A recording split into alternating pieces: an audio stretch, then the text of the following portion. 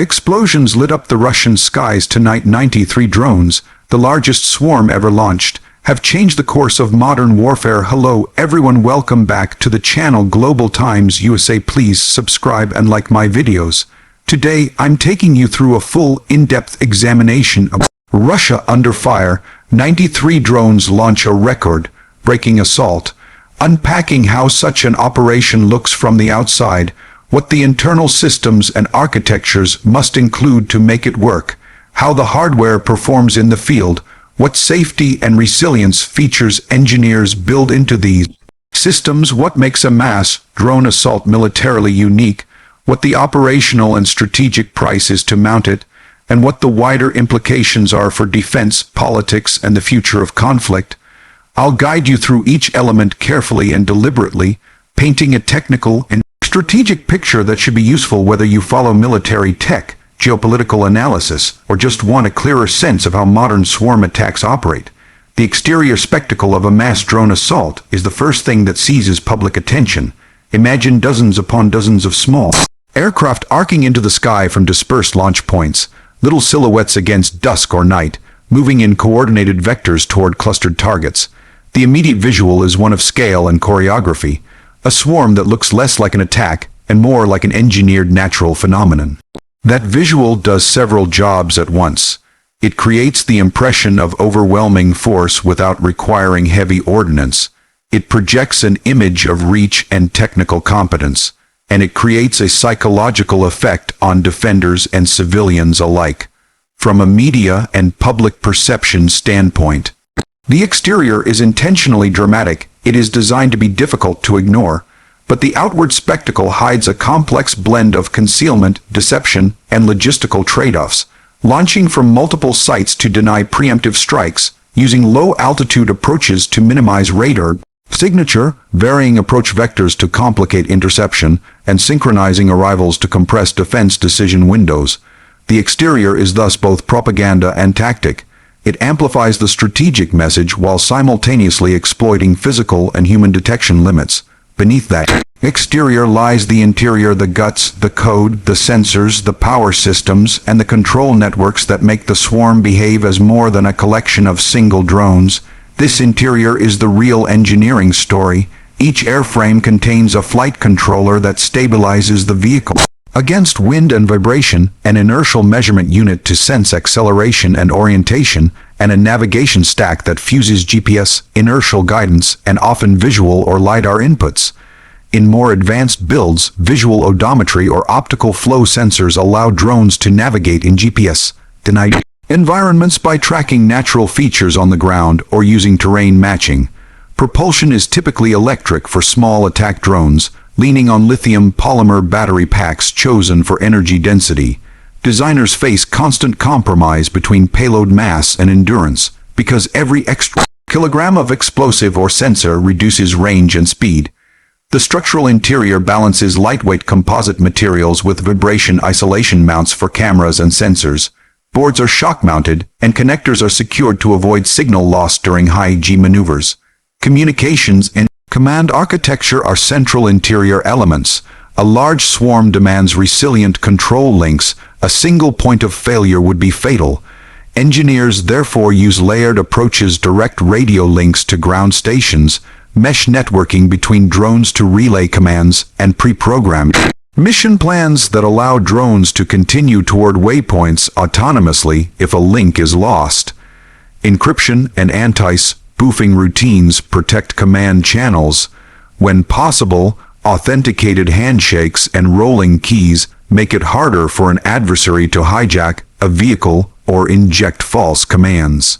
Telemetry streams provide situational awareness back to command centers' live locations, battery state, sensor feeds, but bandwidth limits force designers to prioritize what gets sent and when.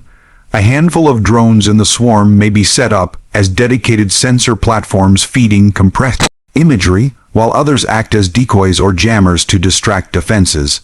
Payload integration is another interior concern.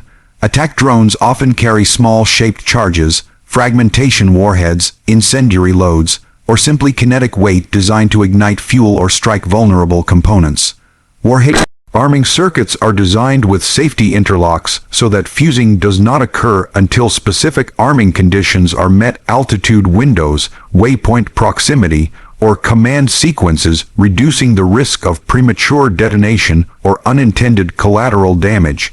Intelligent fusing and timed arming sequences are subtle but critical interior features that distinguish rugged, reusable systems from cheap, flyaway munitions. The interior also contains fail-safe logic, return-to-launch soft landing routines, controlled self-destruct or disarm sequences if the drone is compromised, and data protection measures that wipe sensitive logs if a physical capture attempt is detected.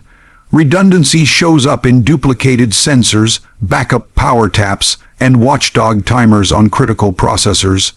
Thermal and EMI electromagnetic interference shielding protects electronics from both the heat they generate and the hostile jamming environment they may be forced to endure. From a performance perspective, the trade-offs are the dominating story. Range, speed, payload capacity, sensor fidelity, endurance, and detection signature are all interdependent. A small electric prop-driven drone optimized for stealth will typically have moderate range and low payload, but its low radar and thermal signatures make it hard to detect until late. A larger drone with a heavier explosive can do more physical damage but becomes easier to spot and easier to intercept at range. Swarm doctrine often adopts a quantity over quality approach, deploying many smaller drones that are individually cheap yet collectively capable of saturating defenses and achieving cumulative effects. Performance metrics also include time on task, whether drones can loiter to wait for targets of opportunity, and arrival. Synchronization, how closely grouped the drones can converge on a target within a critical time window to strain interceptors. Precise performance assessment also includes environmental robustness. Wind, precipitation, temperature extremes, and electromagnetic interference all erode performance and demand compensatory measures. Real-world operations show that some swarms expect attrition and accept it as part of mission calculus, planning to lose a fraction of units while ensuring that enough survive to accomplish objectives. Performance is therefore practical and probabilistic. Engineers design for the odds rather than perfection, and commanders plan missions around likely loss thresholds. Safety in this operational context means both minimizing friendly risk and maximizing mission integrity.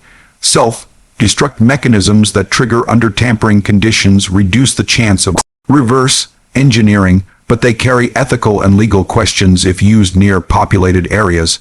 Return to base behaviors protect valuable components when communications fail, but they also risk exposing launch sites if a returning drone is captured. Collision avoidance is critical inside a large swarm. Drones must be able to sense and avoid each other in 3 dimensions, especially near urban terrain or around high-value assets with complex vertical profiles. Safety logic must therefore manage cooperative separation, altitude bands per vehicle class, and yaw/roll limits that prevent meet catastrophes mid-swarm. Defensive resilience also includes cyber safety. Cryptographic signing of firmware and secure boot prevent adversaries from injecting malicious code mid-update or via a captured unit. Post-mission data sanitization protocols remove sensitive logs that would give away tactics, routes, or software architecture if a drone is recovered. Safety extends to logistics too. Batteries present fire risk in storage and transport, so handling procedures and thermal runaway protections are as much a part of the safety toolkit as airborne fail-safes. What gives a mass drone assault its unique edge? First, cost asymmetry. Compared to a manned aircraft sortie or a cruise missile, small drones are relatively inexpensive to build and replace. That cost asymmetry lets operators accept higher attrition without a prohibitive budgetary hit. Second, tactical flexibility. A mixed swarm can simultaneously perform reconnaissance, act as decoys, deliver electronic attack payloads, and execute strike duties. Third, the cognitive load imposed on defenders is extraordinary. Air defense operators must rapidly triage which signatures are decoys and which are genuine threats. stretch interceptors across many vectors, and manage resources often optimized for a handful of high-value targets rather than dozens of simultaneous, low-signature contacts. Fourth, psychological and political impact magnifies physical effects. Strikes in rear areas near political symbols or on infrastructure produce outsized media and public responses relative to the material damage alone. Another unique selling point is scalability. The architectures that enable a 10-drone mission can, with investment and secure logistics, scale to dozens or even hundreds. Swarm control paradigms and mesh networking increase in value with scale. The more nodes there are, the more robust the network, up to a point. At scale, complexity becomes both an asset and a liability. A large, well-managed swarm is difficult to defeat, whereas a poorly synchronized large swarm risks collisions, jams, and mission failure. The price of mounting such an assault is multifaceted and not limited to the cost of hardware. Material cost includes airframes, batteries, sensors, explosive payloads, and the control infrastructure. Human costs include engineers to design and maintain systems, operators to plan and execute missions, and logistics teams to move and stage equipment. Operational costs include airspace denial during launch windows, the potential diplomatic backlash for strikes that affect neutral or civilian targets, and the intelligence risk if captured drones reveal sensitive software or tactics. There is also a political and strategic price. Once mass drones are used tactically, adversaries may accelerate investments in counter-swarm capabilities, mass jamming arrays, upgraded radar nets, interceptor drones, and advanced AI to triage signals, all of which raise the long-term cost of continued drone use and can force an arms race dynamic. Risk is a core component of that price calculus. When dozens of drones operate over contested airspace, losses are expected. The question becomes whether the expected value of mission success outweighs the aggregate losses in material and in escalation risk. If a single swarm can temporarily degrade an opponent's logistics, damage critical infrastructure, or create persistent fear that ties down forces, the strategic calculus may justify repeated operations even at a high loss rate. Conversely, if each operation accelerates the adversary's capability to neutralize future swarms, the long-term payoff diminishes. Operational complexity adds another cost. Staging dozens of drones covertly requires secure launch sites, concealment strategies, and robust supply chains for batteries, spare parts, and warheads. Those are expensive in manpower, equipment, and the opportunity cost of diverting industrial capacity from other weapons programs. If the swarm doctrine becomes central to a campaign, the manufacturing base must scale, spares must be stocked, and maintenance cycles must be institutionalized, none of which are free. Strategically, the implications ripple outward. An adversary faced with credible swarm threats must adapt doctrine, invest in new sensors and interceptors, and rethink the defense of rear areas.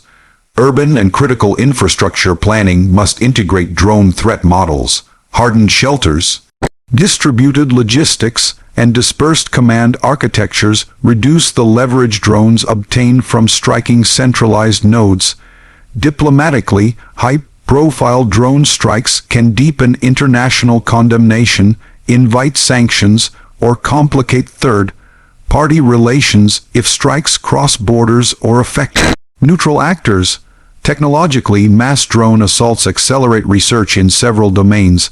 Counter-swarm technology, AI systems to identify and prioritize targets, directed energy weapons to intercept many small targets quickly, interceptor drones capable of hunting in packs, and integrated networked radars tuned for small RCS radar cross-section detections becomes a priority. On the attacker side, improvements in autonomy, mesh resilience, and low-signature propulsion push development forward. The interaction becomes an iterative cycle. Offense drives defense and defense spurs offense. There are also moral and legal dimensions that color the picture. The ease of deploying many low-cost platforms raises ethical questions about proportionality and distinction when attacks occur near civilian areas or critical infrastructure. International norms governing remote, autonomous Lethal systems are nascent, and widespread use of swarms risks outpacing legal frameworks designed for manned or conventional weaponry. Decision makers must therefore weigh not only tactical effectiveness but also the reputational cost and the long-term legal consequences of normalizing particular types of attacks. Operationally, planners must consider redundancy and target selection to preserve mission utility in the face of losses. Instead of relying on a single decisive target, swarm campaigns often pursue multiple objectives, degrade air defenses, damage fuel storage, and create diversions while high-value units strike elsewhere. This layered target set increases the chance that at least some objectives are met even if attrition is heavy.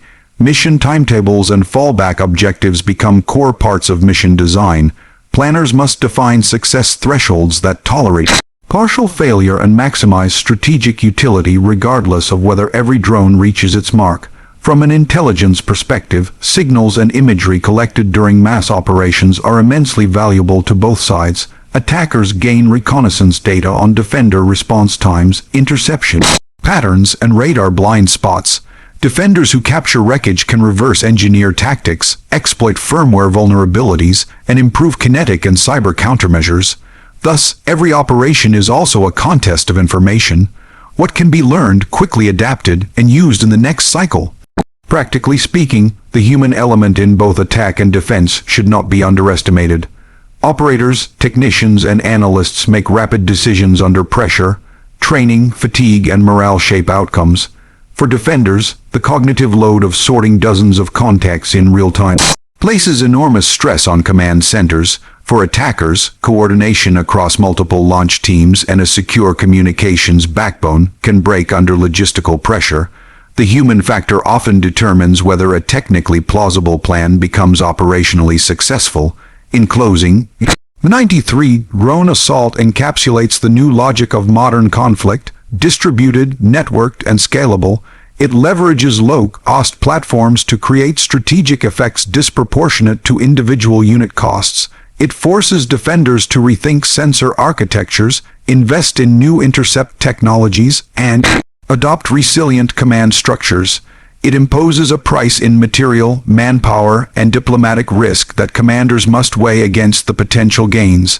Above all, it signals that airpower is no longer the sole domain of high-value, expensive platforms.